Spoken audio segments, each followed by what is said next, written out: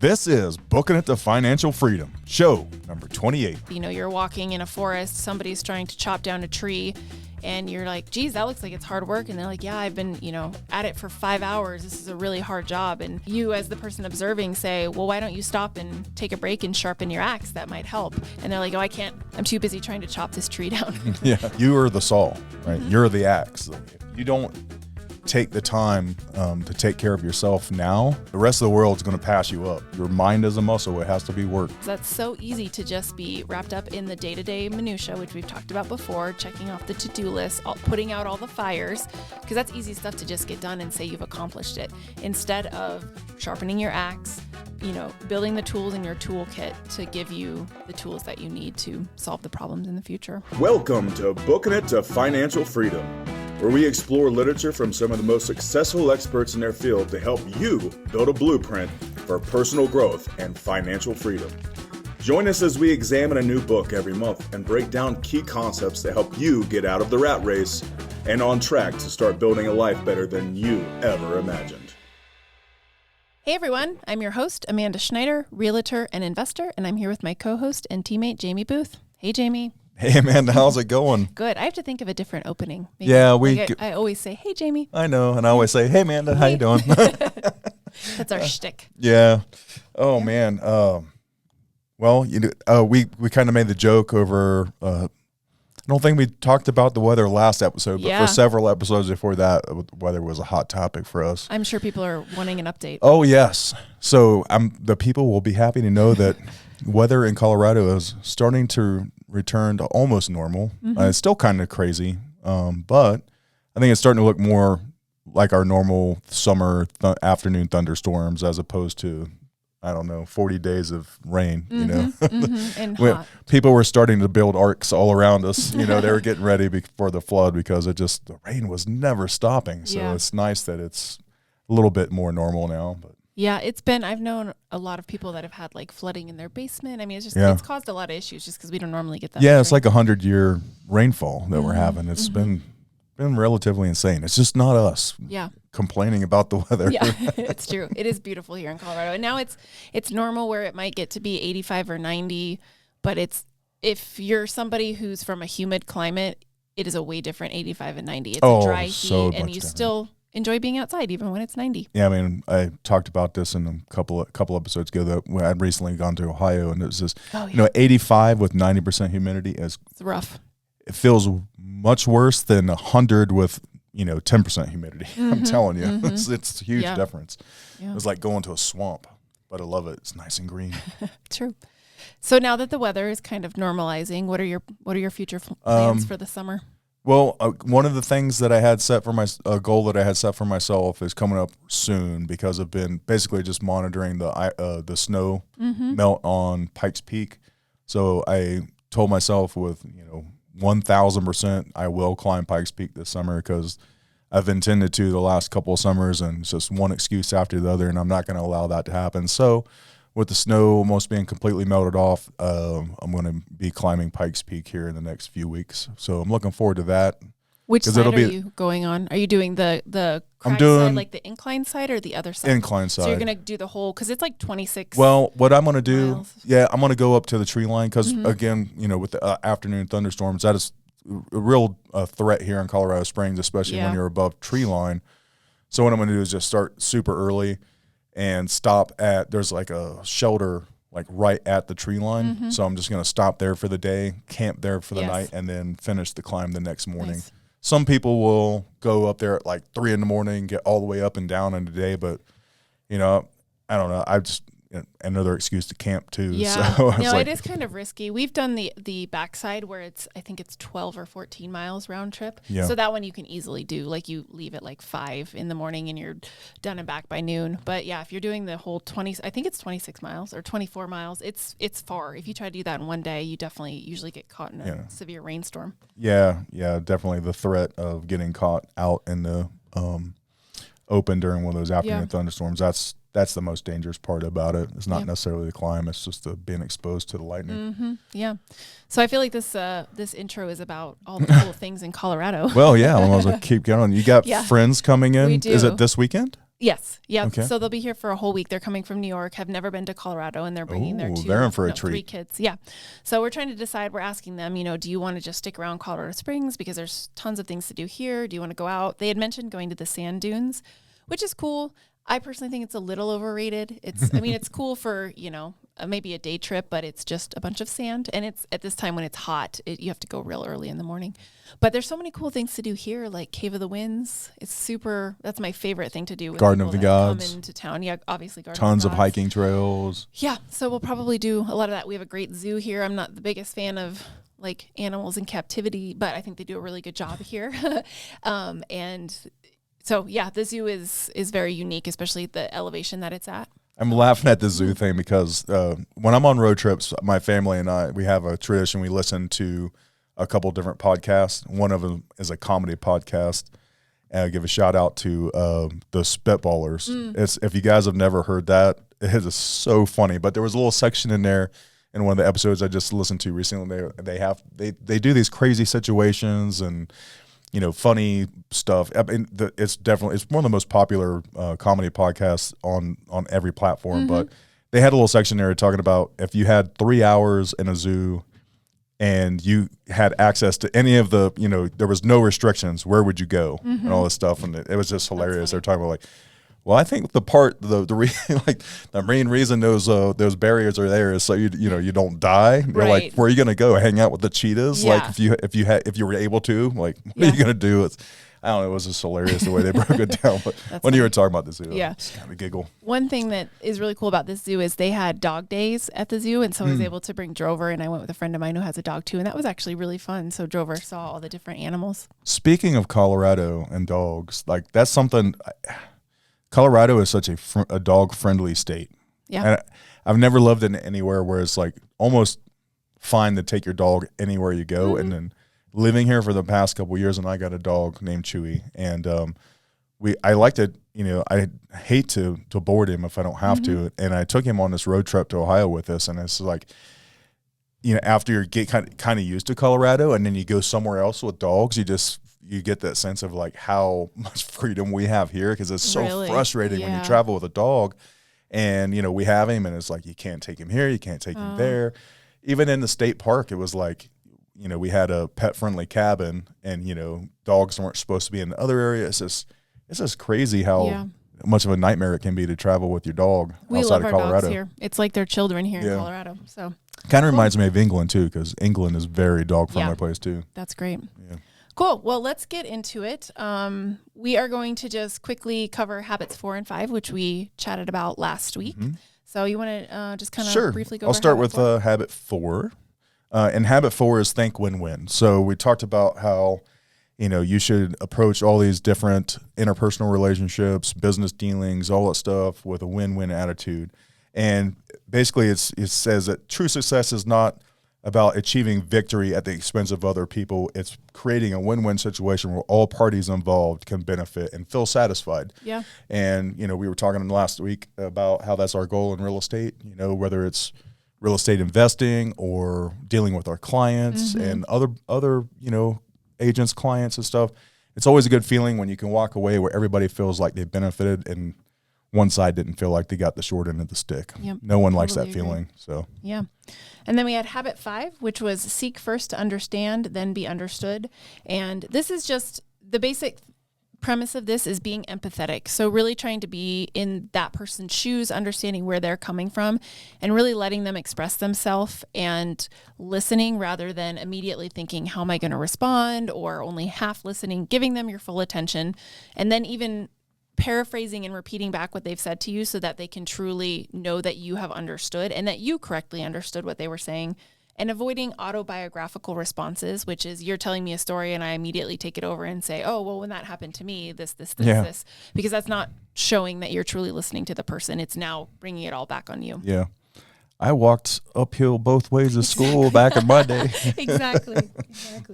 So today we are going to cover the last 2 habits. Habit 6, they call this synergy.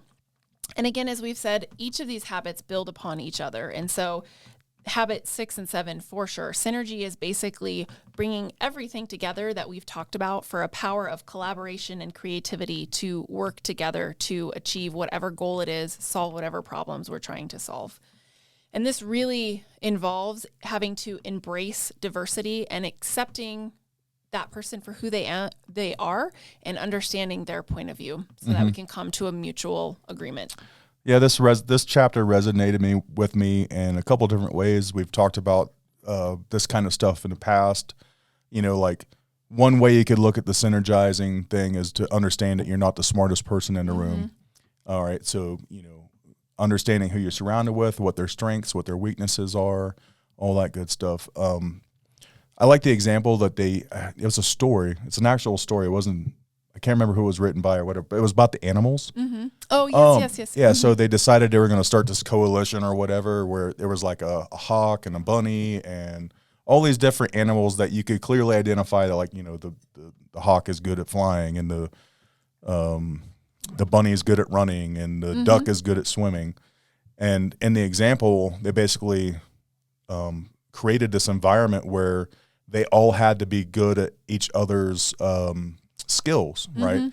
And by doing so, by like the duck who was really good at swimming, he spent a majority of his time trying to learn to run or whatever. In the end, all of the animals suffered because they weren't allowed to lean on their strengths. So by trying to make all of them be good at all of the other skills, their primary skill suffered in the meantime. Yes. So it was kind of a really cool little story about how, basically a lesson in when you have a team or, your family or whatever, don't try to, force them out of their strengths, right? It goes back to identifying that, Amanda, you're really good at this. And when you're working in a team, leaning on those skills as opposed to trying to suppress them. Figuring out how you can leverage everyone's skill set rather than trying to get them all to be good at everything, because that's just not possible. Again, it reminds me of the Who Not How book, is identifying the skills of everyone and leaning on them for that particular skill. Yeah, this chapter in particular really leans towards one of the books that we've covered in the past. And then chapter 7 does as well. Yeah. Like there's been entire books written on these chapters.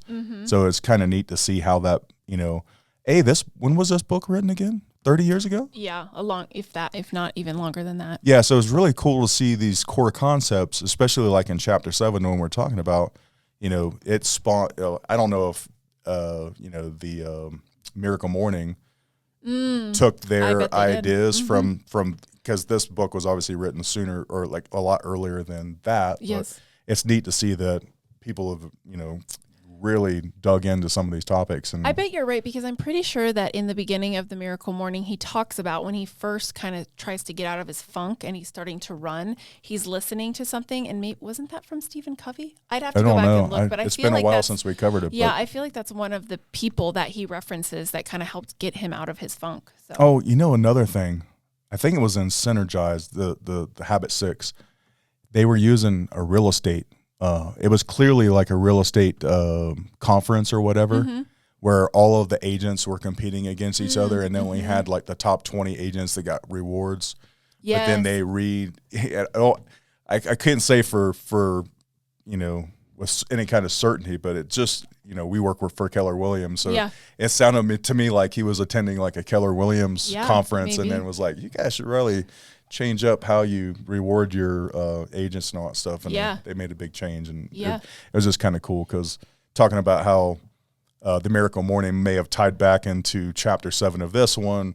You see that other example, you're like, hey, is he talking about Keller Williams there? It wouldn't surprise me. I mean, successful people lean on others who have been successful before them, and they read books, and they collaborate with others. So it would not surprise me at all if a lot of the books that we previously read that were written after this used some of the core book. Concepts came from here. Yeah, because even though Stephen Covey does a great job of going into depth in this, there's a lot of nuggets you can pull out and write a whole book about.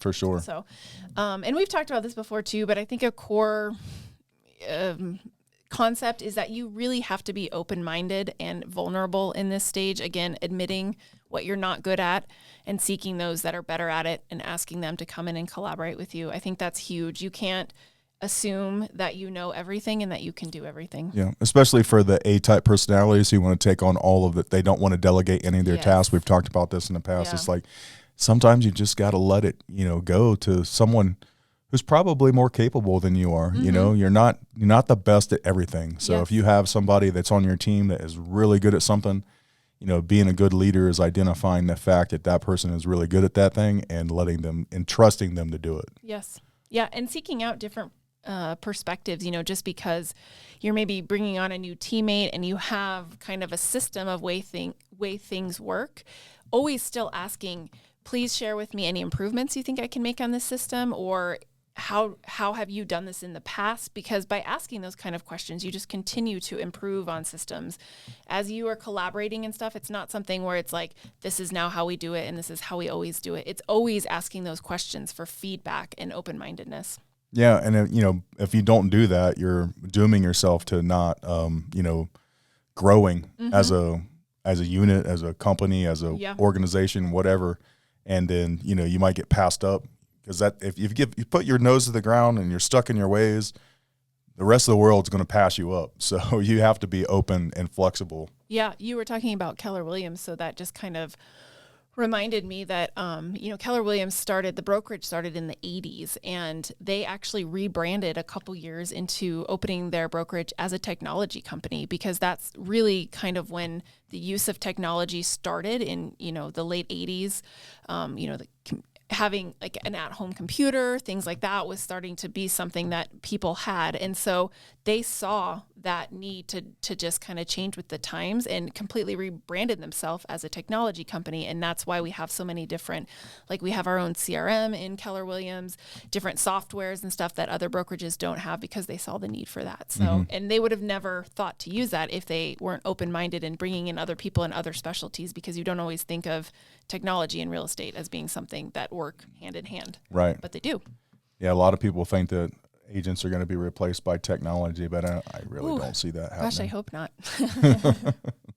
And then, of course, having that win-win mindset, which we spent a lot of the last podcast talking about, but it's pretty much impossible to have any kind of synergy if you don't have that win-win mindset, win-win or no deal. If we can't come to an agreement, then maybe we table this for now, come back to it later when we can come to a win-win agreement. Yeah.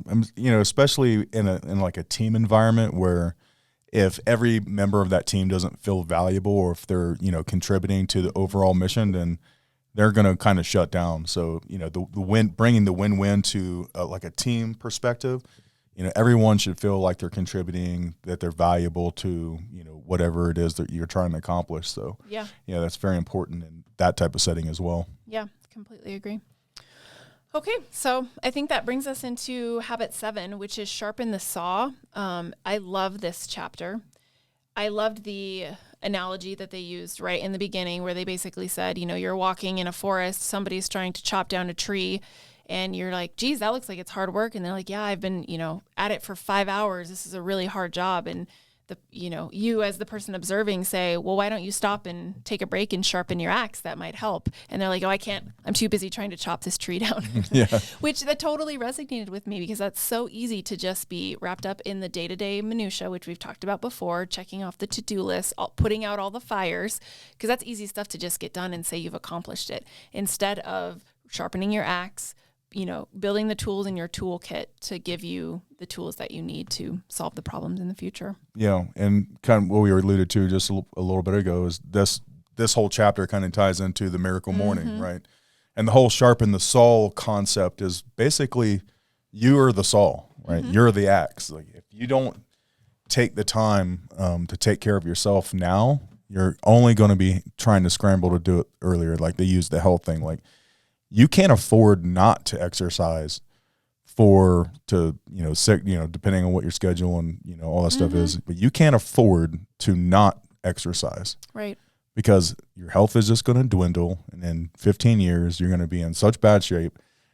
You're going to have a heart attack or, God forbid, some horrible things that come from not exercising. And now all of a sudden you're going to be like, well, I got to exercise if I want to stay alive. And that makes it so much harder. Yes, exactly. From that kind of, One thing I really liked about the way that they kind of presented this chapter versus Miracle Morning is obviously the Miracle Morning is a suggestion. He's got, his standard things that he does in the day, in the morning, but not all those resonate with everyone. And so I just kind of want to make the point of, if meditation is just not your thing and you can't make yourself do it, like, you don't need to completely give up on taking some time for yourself and being able to clear your mind. Maybe clearing your mind for you is going for a run. I know that when I used to be a runner, like, that was literally my meditation time. It would be 30 minutes that I just went out. I wouldn't listen to anything. I was just in my thoughts, whatever I needed to think about that day. So however that looks for you, it doesn't have to be sitting in silence, like, with your legs crossed and your arms up or whatever. So really being able to personalize some of these things, and even exercise. If you feel uncomfortable going to the gym, you don't know what to do, just going out for a walk, a run, playing tennis, playing golf, playing sports, anything that gets you out and moving. Yeah. And Covey even says it in this chapter, and it's resonated in the Miracle Morning. At the end of the day, what this concept is about seizing the day. Mm-hmm. It's about starting your day with a win, getting on the right foot, and then it sets the tone for the entire rest of your day. Yes. Ideally, you're sharpening the saw. You're taking care of those different aspects, your spiritual aspect, your physical aspect, your educational aspect, all the things that he talks about in this chapter, and goes for much more in depth in the Miracle Morning. But at the end of the day, it's all about seizing the day and starting off with you in control of your day. And that sets the tone for everything else you do that rest of that day. Yeah. And another word I would use is just renewing yourself as well. So, in addition to starting your day off right, taking vacation throughout the year, just taking a full day off, whatever it is that you need, whatever renews you so that you can be your best self. So, yeah, he talks about the 4 dimensions of renewal, like you just said, which is I just kind of rambled on about it, but the physical side, at 20, 30 minutes worth of exercise, whatever form that may be, either walking, maybe going to your gym, doing whatever it is, to take care of your physical needs, your mental needs. So engaging activities that stimulate your mind, reading, learning, soaking in a podcast, whatever version that might be to you, but basically just, your mind is a muscle. It has to be worked. So if you're not growing, you're dying, right? So taking care of your mind and your body. Yep. And I wanted to add to that too, because he talks about how most people, after they are done with formal education, they basically stop learning, and there was of course, this was written, like we said, 30 years ago. So it was before smartphones and all that, but that's when TV was really kind of the thing you did. And he was saying that the average household consumes 35 to 40 hours of TV a week, which is a full-time job. Yeah, exactly. So people are doing that instead of sharpening their mind through reading, learning a new skill, listening to a podcast, things like that. So it is so vital that we continue to learn as we age. And what's funny is that I value learning so much more now than I ever did when I was young. I actually feel at times like I don't have enough time. Yes. Like, so I'm trying to accomplish all my personal goals, work, dealing with clients, all this, physical stuff I want to do on the side. But I get this sense at times that, like, there's not enough hours in a day. Like, I could literally at this point in my life spend like half the day just trying to learn new things. Yes. But that's detrimental to progress at the same time. Balance, you could call it analysis paralysis, all that good stuff. But it's just great. And then I can see where, people have especially a hard job, maybe single mother working 9 to 5, trying to juggle all these other things. So easy to just try to blow off, educating yourself. Yeah. But it's so virtuous. It's like, it just feels so good to continue to learn. Yeah. It's almost addictive. If you feel like you're too exhausted to learn at the end of the day, I would probably reevaluate your day and even the job that you have. And I know not everyone has the luxury to be like, oh, I'm going to quit this job and I'm going to do something else. But if you're listening to this podcast, you want to continue to grow as a person and improve yourself. So if you find yourself just not motivated, then there's something going on in your life that is basically getting you off track, because it should be a natural part, in my opinion, of being a human being, of curiosity and wanting to learn and better yourself.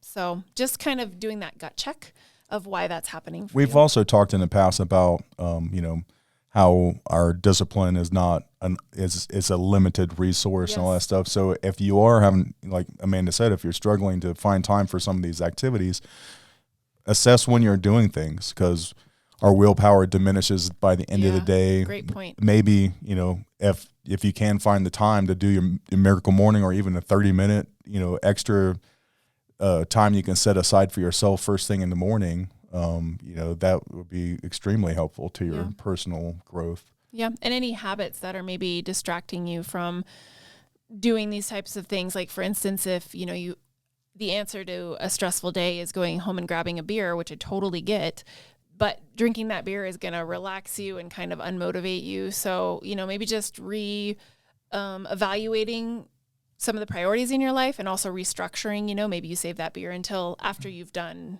some reading or gone for a walk or gone to the gym or something like that. Yeah. So most people will grab that beer, sit down, and then start scrolling on Facebook. Yep. And then that will be 2 hours later. Yes. That'd be, you could have set them on half that time and done something much more valuable to yourself. No, you're absolutely right. You're right. And then a couple of the other of the 4 dimensions is emotional. So fostering positive relationships, with your spouse, your children, your close friends, your network, your circle of influence, finding healthy ways to manage stress and emotions, by doing group activities with your family, or, hikes, or whatever that might be, whatever that looks for, you and your situation. Yep. And then the last one is spiritual. So again, it doesn't necessarily have to be a religious aspect.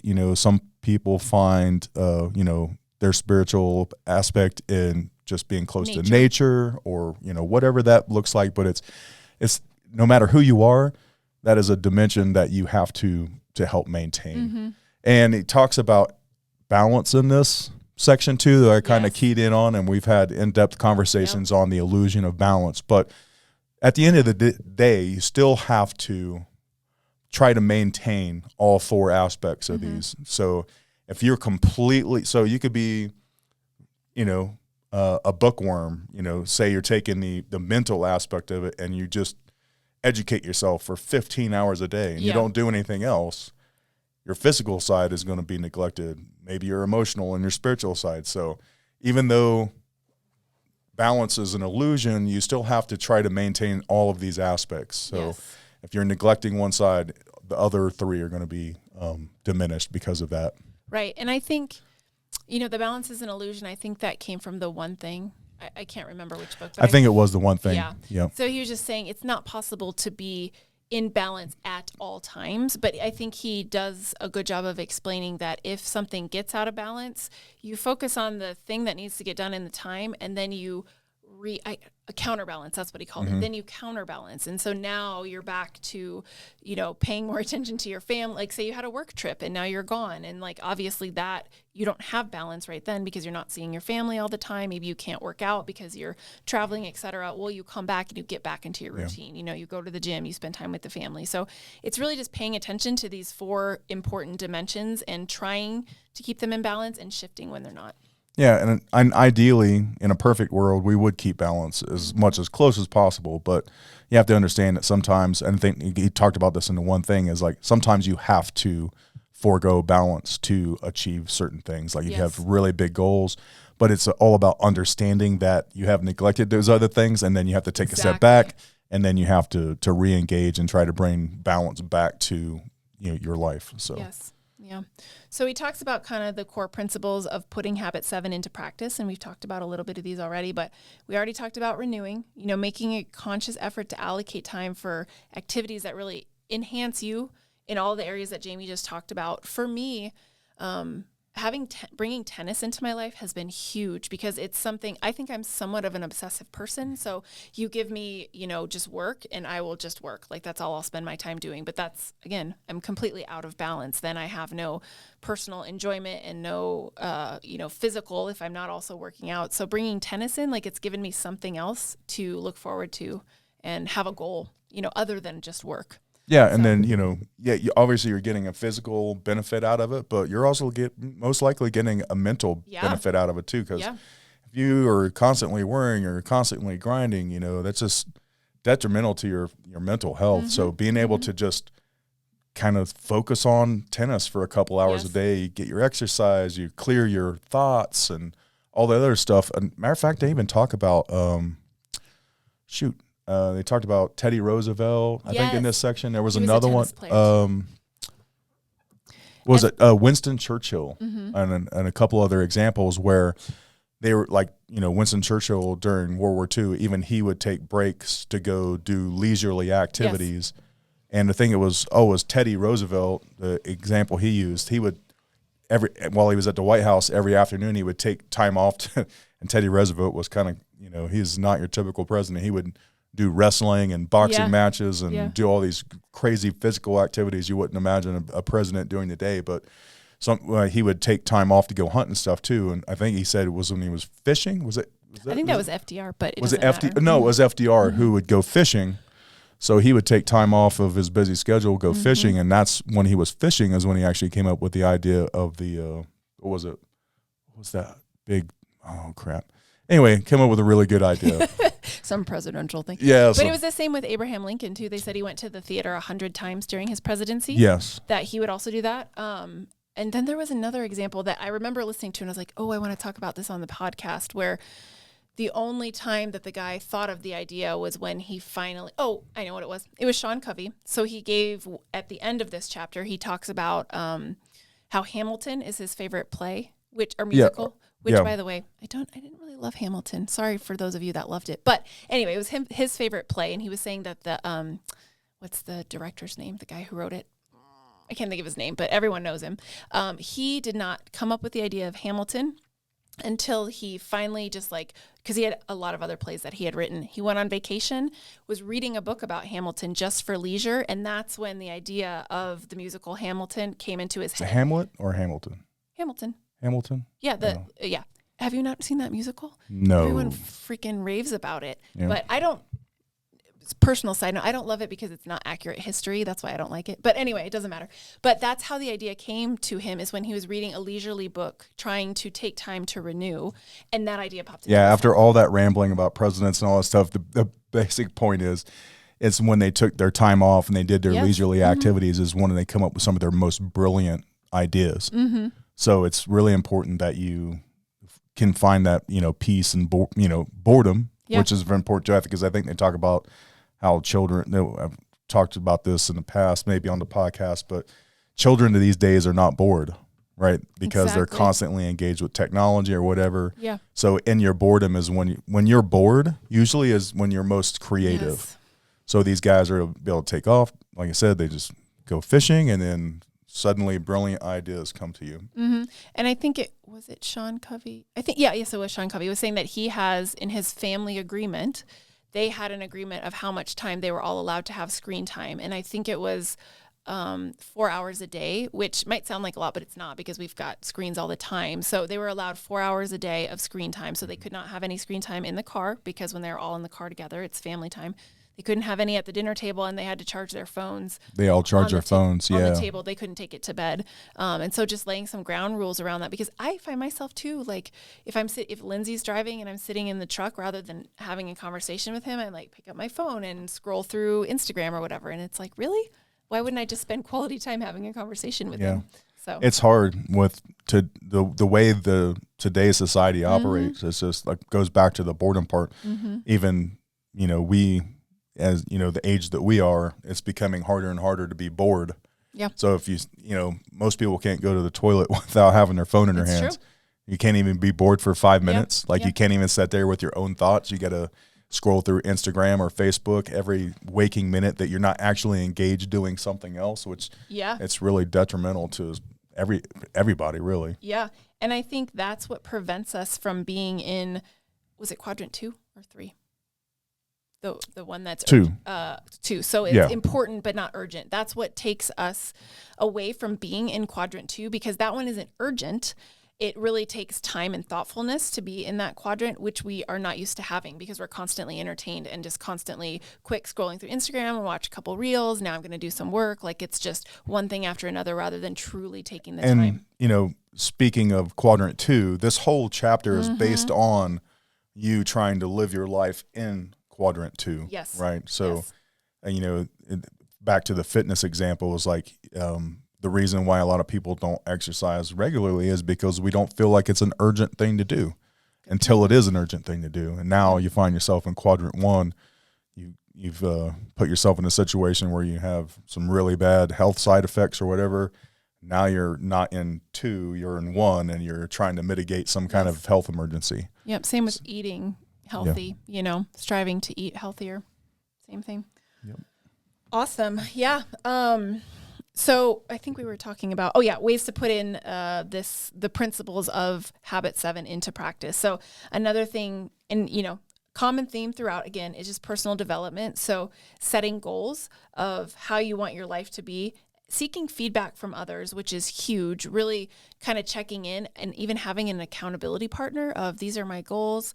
Am I achieving them? Am I doing what I say I'm going to do? And then learning from your experiences and making adjustments. That's really huge too, having that self-reflection. Yeah. Being open to receiving constructive criticism is big. A lot of people, no one likes to be told that they're doing something wrong or that they're, you know, coming across a certain way or whatever. So it's, you know, that can be a whole different topic in itself, but, you know, just being open to other ideas. Yeah, absolutely.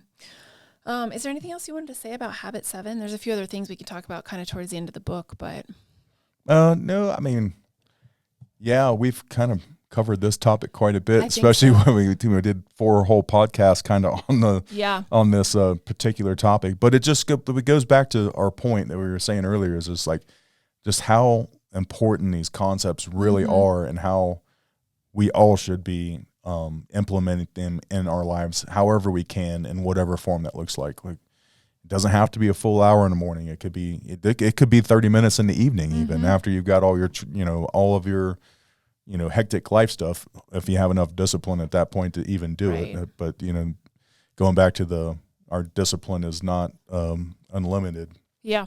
That's why everyone recommends you do it first thing in the morning, because that's when you have your most discipline, and it tends to be quieter in the morning. Mm-hmm. And some people are evening people, and they actually thrive. They get more energy in the evening. So if you're one of those people, like, all that matters is that you're doing it, not how you're doing it. Yeah, exactly. And there's people who work second, third shift or whatever, Yeah. you know, all that.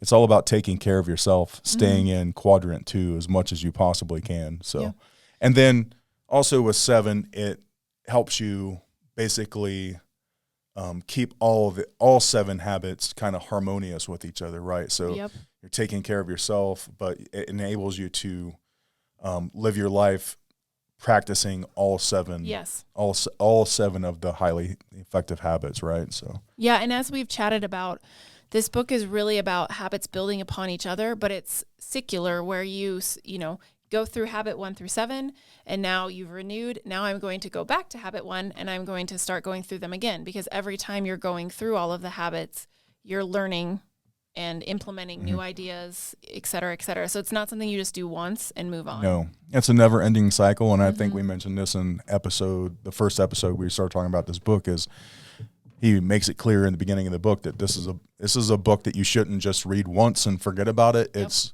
something that you should read on an annual basis, or, you know, a couple times a year or whatever, because habits take a long time to develop, some habits longer than others. So it's not about focusing on one of these habits until you master it and then ignoring all of the other habits. It's about trying to work all of them at the same time in a harmonious factor, but also going back and then sharpening each one of these skills. Because at the end of the day, they're pretty much skills to be mastered, with the communication side of it and all other stuff. So to be able to, it's easy to focus on one or the other. Yes. But to be able to bring them all together to implement them in different situations, that's a completely different story. So.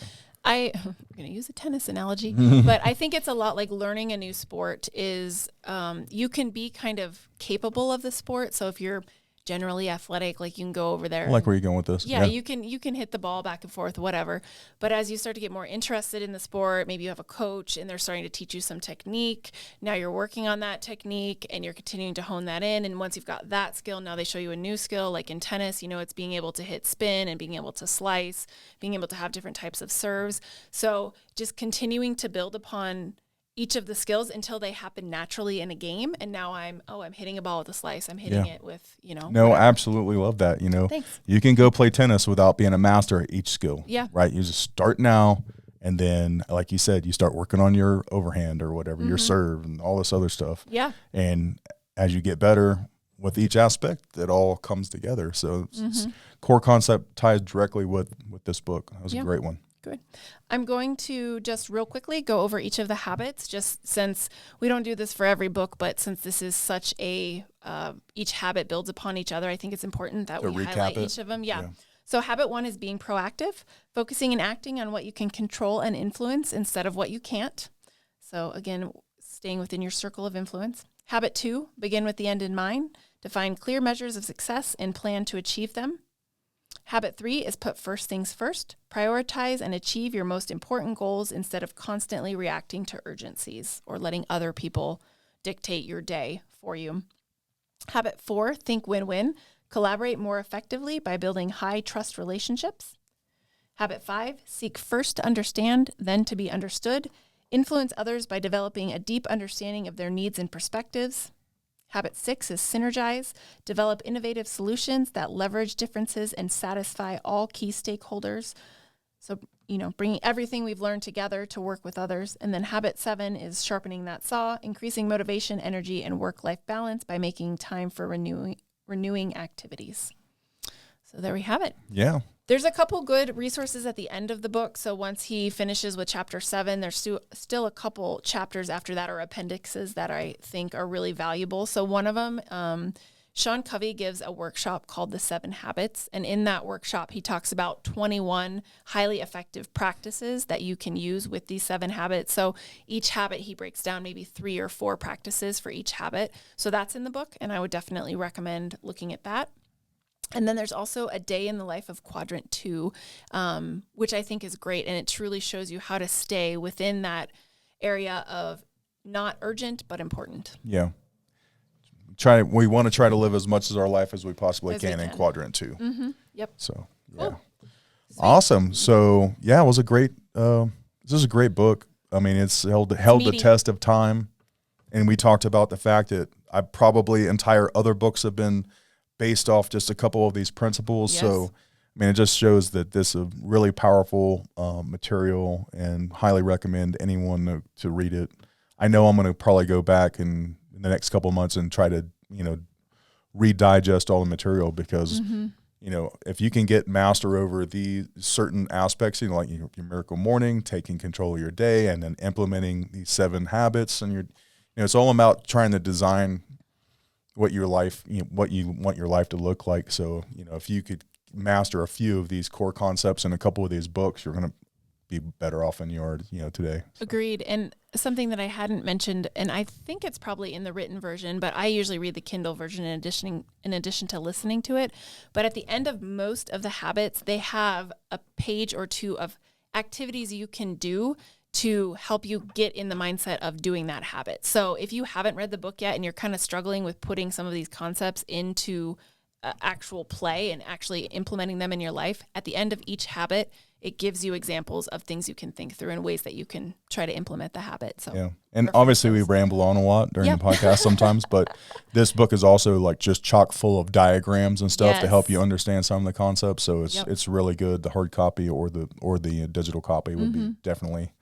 I highly recommend to get a hold of one of those, as well as if you're an audiobook person. But yeah, just keep in mind that there's a lot of good graphs and information and stuff in the digital and hard copy versions. Hard copy, yeah. Agreed. Cool. Do you want to introduce our next book? Sure, I would love to. This is probably one that, if you're listening to this podcast, most likely you've heard about. Yeah. I mean, I think just about anyone in our circle has heard about this. It's really famous. It is The 4-Hour Workweek by Timothy Ferriss. So like I said, a lot of people probably listening to this would be familiar with it. But what this book is about is basically about streamlining your work and your life processes to basically automate as much things as possible. Yep. We've talked about this in the past, setting up systems and basically working as little as possible, right? We've talked about how the 20-80 rule. So, most of the time there's these few tasks that you can do that garner the biggest results, right? So this is about basically focusing on that kind of activity, automating everything else, and basically having a lot more free time in your life. Yeah. Agreed. So the concept, you only work 4 hours a week, and the rest of the time you play and have fun and do all the things that are more important to you, like spending time with your family and all that good stuff. So this book kind of reminds me of Who Not How on steroids, because it gives you a lot of practical examples of how to actually find someone else to do the things that you're not good at. Yeah, actionable things. It's not just not necessarily just kind of like broad concepts. Yes. More or less. Yep, exactly. Cool. You want to take us out? Yeah, absolutely. So really enjoyed covering this book. Looking forward to digging into the next one. And as always, we really appreciate everybody out there who is supporting our podcast, either on YouTube, on Spotify, or on Apple Podcasts. Please, if you find any value, or if you know someone else that would, like, share, comment. We love getting feedback on YouTube and stuff. So please leave those comments. And like I said, share, subscribe to the channel. We really appreciate every little bit of support that we get for this, and we are looking forward to carrying on doing what we do. Yep. Starting book 8. Yeah, absolutely. All right. Talk to you guys later. Thanks, everybody.